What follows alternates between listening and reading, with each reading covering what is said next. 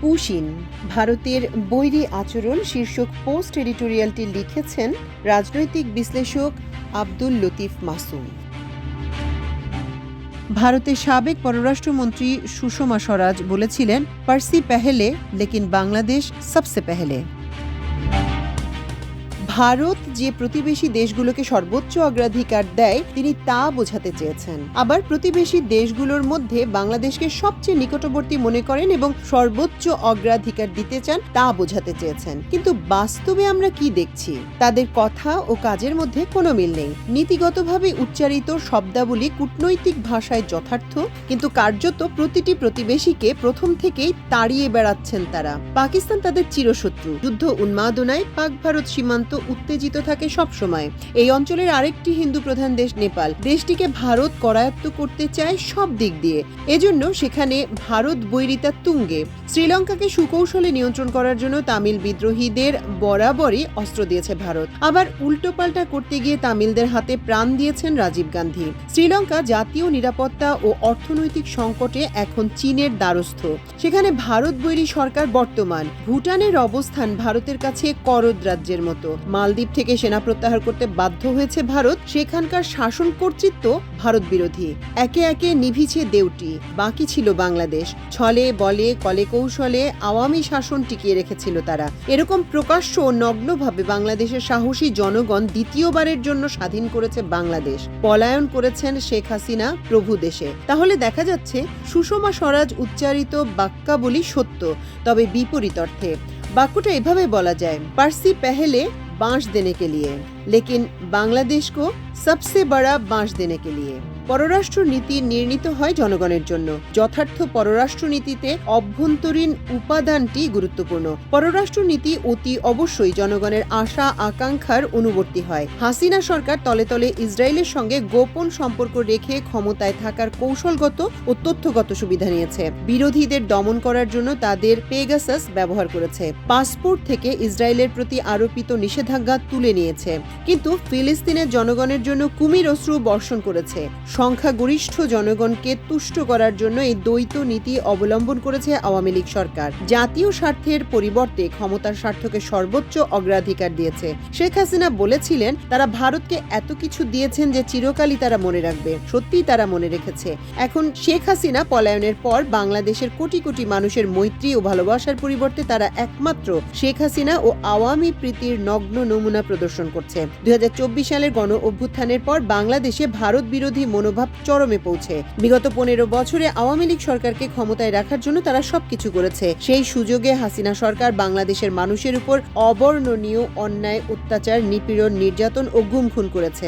মানুষের ক্রোধ বেড়েছে ভারতের প্রতি। রাজনৈতিক পরিবর্তনের পরে বাংলাদেশের জনমতকে তোয়াক্কা না করে ভারত শেখ হাসিনা ও আওয়ামী লীগের পক্ষ নেয়। সব কূটনৈতিক রীতিনীতি ও আন্তর্জাতিক আইন লঙ্ঘন করে ভারত বাংলাদেশের অভ্যন্তরীণ বিষয় হস্তক্ষেপ করেই চলেছে। শেখ হাসিনার প্রতি তাদের রাজনৈতিক দায় আছে। তাকে আশ্রয় দেওয়াও তাদের প্রয়োজন, কিন্তু তাকে বাংলাদেশ বিরোধী প্রচারণা চালানোর প্রশ্রয় তারা দিতে পারে না। মোদিজি এই সেদিন বলেছেন শেখ হাসিনাকে নিরস্ত করার দায় তার নেই। আওয়ামী লীগ নিষিদ্ধ করার পর তার নিন্দা করেছে। বাংলাদেশ যে তাদের রাজ্য নয় তারা তা ভুলে গেছে। অভ্যুত্থানের পর থেকে যে ভাব ও ভাষায় বাংলাদেশ সম্পর্কে তারা মন্তব্য করেছে তা অভাবনীয়। 1971 সাল থেকে যদি পর্যালোচনা করা হয়, কখনোই তারা বাংলাদেশের সাধারণ মানুষের সঙ্গে সম্পর্ক চায়নি। যখনই আওয়ামী লীগ বহির্ভূত সরকার কায়েম হয়েছে তারা বৈরী আচরণ করেছে। জিয়াউর রহমান সরকারকে বিব্রত করার জন্য কাদের সিদ্দিকী বাহিনীকে সীমান্ত আক্রমণে সহায়তা দিয়েছে। পার্বত্য চট্টগ্রামে অশান্তি সৃষ্টির জন্য তথাকথিত শান্তি বাহিনী তৈরি করেছে। পদ্মা নদীর পানি বন্টনের জন্য বাংলাদেশকে জাতিসংঘে যেতে হয়েছে। তারপরে তারা একটি চুক্তিতে উপনীত হতে বাধ্য হয়েছে। এরশাদ সরকার আওয়ামী লীগের মতো অত বিশ্বস্ত হতে পারেনি। পরবর্তীকালে বিএনপি জামায়াত জোট ক্ষমতাসীন হওয়ার পর কারণে অকারণে তাদের বৈরিতা অব্যাহত থেকেছে। অন্তর্বর্তীকালীন সরকার ক্ষমতাসীন হওয়ার পর তাদের আগ্রাসনের মাত্রা ক্রমেই বেড়ে চলেছে। সংখ্যালঘু নির্যাতনের নামে তারা এই সরকারকে বিব্রত করেছে। সীমান্তে হত্যাযজ্ঞ বাড়িয়ে বাংলাদেশের মানুষকে নিঃশেষ করেই চলেছে।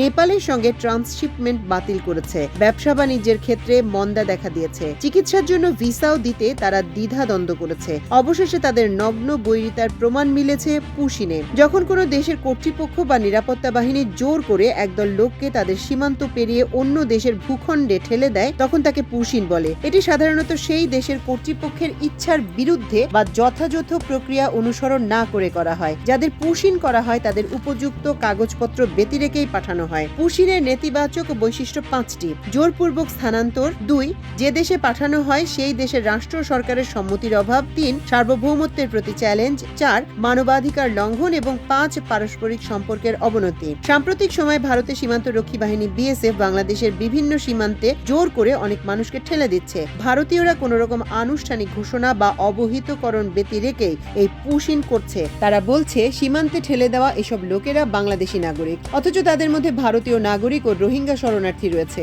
পুশিনের বিপরীত কার্যক্রম হচ্ছে পুশ আউট। এ পর্যন্ত বাংলাদেশ মানবিক কারণে এবং আরো সম্পর্কের অবনতি যাতে না হয় এ কারণে পুশ আউট করেনি। কয়েকদিন আগে একটি জনপ্রিয় জাতীয় দৈনিক বাংলাদেশ সীমান্তে পুশিন সম্পর্কে একটি বিস্তারিত প্রতিবেদন প্রকাশ করেছে। এতে দেখা যায় বাংলাদেশের উপর অন্যায় চাপ সৃষ্টির জন্য নতুন কৌশল হিসেবে পুশিনকে ব্যবহার করছে ভারত। বিএসএফ বিভিন্ন রাজ্য থেকে ধরে আনা বাংলা ভাষাভাষীদের বাংলাদেশের ভেতর ঢুকিয়ে দিচ্ছে। বাংলাদেশের সীমান্ত এলাকা চাঁপাইনবাবগঞ্জ সহ বেশ কয়েকটি এলাকায় বিএসএফ এর তত্ত্বাবধানে কাঁটা তারের বেড়া দেওয়ার চেষ্টা করছে। তবে স্থানীয় নাগরিক ও বিজিবির প্রতিবাদে পিছু হটতে বাধ্য হয় তারা। গোয়েন্দা সূত্র বলছে দিল্লি বাংলাদেশের ভূখণ্ডে অস্থিতিশীল পরিস্থিতি তৈরি করতে নতুন এই কৌশলে পথ বেছে নিয়েছে। কূটনীতিকরা বলছেন এটি আন্তর্জাতিক মানবাধিকারের চরম লঙ্ঘন। গত 4 মে থেকে 15 মে পর্যন্ত 370 জনকে বাংলাদেশের বিভিন্ন জেলায় পুশিন করেছে বিএসএফ। 15 মে মৌলভীবাজারের শ্রীমঙ্গল সহ কয়েকটি সীমান্ত দিয়ে পুশিন করার সময় 30 জনকে আটক করেছে বাংলাদেশ বর্ডার গার্ড।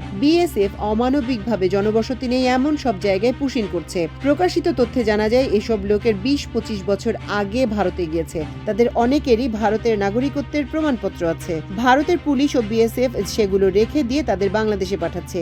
এর মধ্যে কিছু রোহিঙ্গাও আছে। এরা জাতিসংঘের শরণার্থী বিষয়ক কমিশনের আইডি কার্ড বহন করছে। দিল্লি সরকার ঢাকা সরকারের সঙ্গে এ বিষয়ে কূটনৈতিকভাবে বা আনুষ্ঠানিকভাবে কোনো যোগাযোগ করেনি। ভারতের জাতীয় দৈনিক দ্য হিন্দু জানাচ্ছে 1 মাস ধরে ভারত পূর্ব সীমান্ত দিয়ে আটক অবৈধ বাংলাদেশি অভিবাসীদের ফেরত পাঠাচ্ছে। গত 4 মে গুজরাটে আটক করা হয় এ ধরনের অভিযুক্ত 300 মানুষকে। দ্য হিন্দু তথ্য মোতাবেক এদের এয়ার ইন্ডিয়ার বিমানে আগরতলায় পাঠানো হয় বাংলাদেশে পুশিন করার জন্য। এদের মধ্যে 200 নারী ও শিশুও রয়েছে।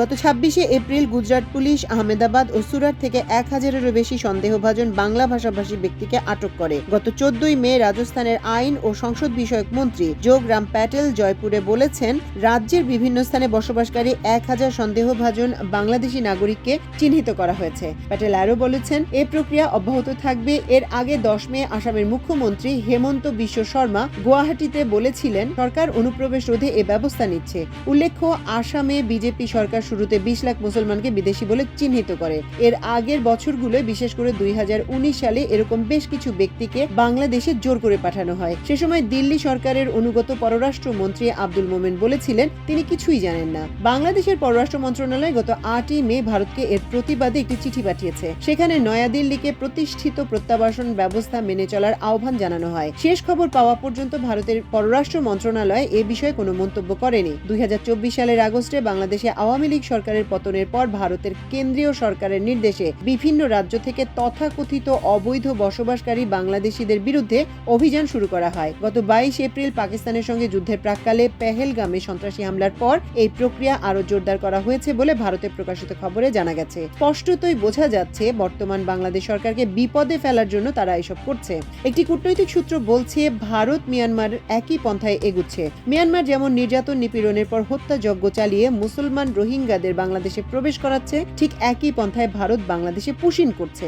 ভারত অতীতে যেমন জিয়াউর রহমান সরকারকে নানাভাবে বাধাগ্রস্ত করে ভারতের অনুগামী করার চেষ্টা করেছে কিন্তু পারেনি, ঠিক তেমনি ভাবে এই অন্তর্বর্তীকালীন সরকারকে দিল্লির প্রতি অনুগত করতে পুশিনের মতো বেআইনি কার্যক্রম চালাচ্ছে। স্বস্তির কথা প্রফেসর মোহাম্মদ ইউনূসের অন্তর্বর্তীকালীন সরকার প্রথম থেকেই ভারতের সম্প্রসারণবাদের প্রতি সঠিক দৃষ্টিভঙ্গি পোষণ করছে এবং ভারসাম্যমূলক জবাব দিচ্ছে। জাতীয় নিরাপত্তা উপদেষ্টা খলিলুর রহমান বলেছেন আমরা প্রতিটি কেস আলাদা আলাদাভাবে নিরীক্ষণ করছি। আমাদের সিদ্ধান্ত হচ্ছে দেশের নাগরিক যদি কেউ হয়ে থাকেন আর সেটি যদি প্রমাণিত হয় তাহলে আমরা তাদের গ্রহণ করব। তবে এটা ফরমাল চ্যানেলে হতে হবে। এভাবে পুশিন করাটা সঠিক প্রক্রিয়া নয়। বাংলাদেশের জাতীয় নিরাপত্তা স্বাধীনতা ও সার্বভৌমত্বের পরিপ্রেক্ষিতে এ ধরনের পুশিনকে রাজনৈতিক পর্যবেক্ষক মহল উদ্দেশ্য প্রণোদিত ও গভীর উদ্বেগের বিষয় বলে মনে করেন। তারা মনে করেন এটি চূড়ান্তভাবে সামরিক নিরাপত্তা পরিস্থিতিকে প্রভাবিত করবে এবং জনমত জনমনে প্রবহমান ভারত বিরোধী নেতিবাচক দৃষ্টিভঙ্গিকে জোরদার করবে। এই পদক্ষেপগুলি 1975 সালে সীমান্ত কর্তৃপক্ষের জন্য যৌথ ভারত বাংলাদেশ নির্দেশিকা, সমন্বিত সীমান্ত ব্যবস্থাপনা এবং 2011 সালে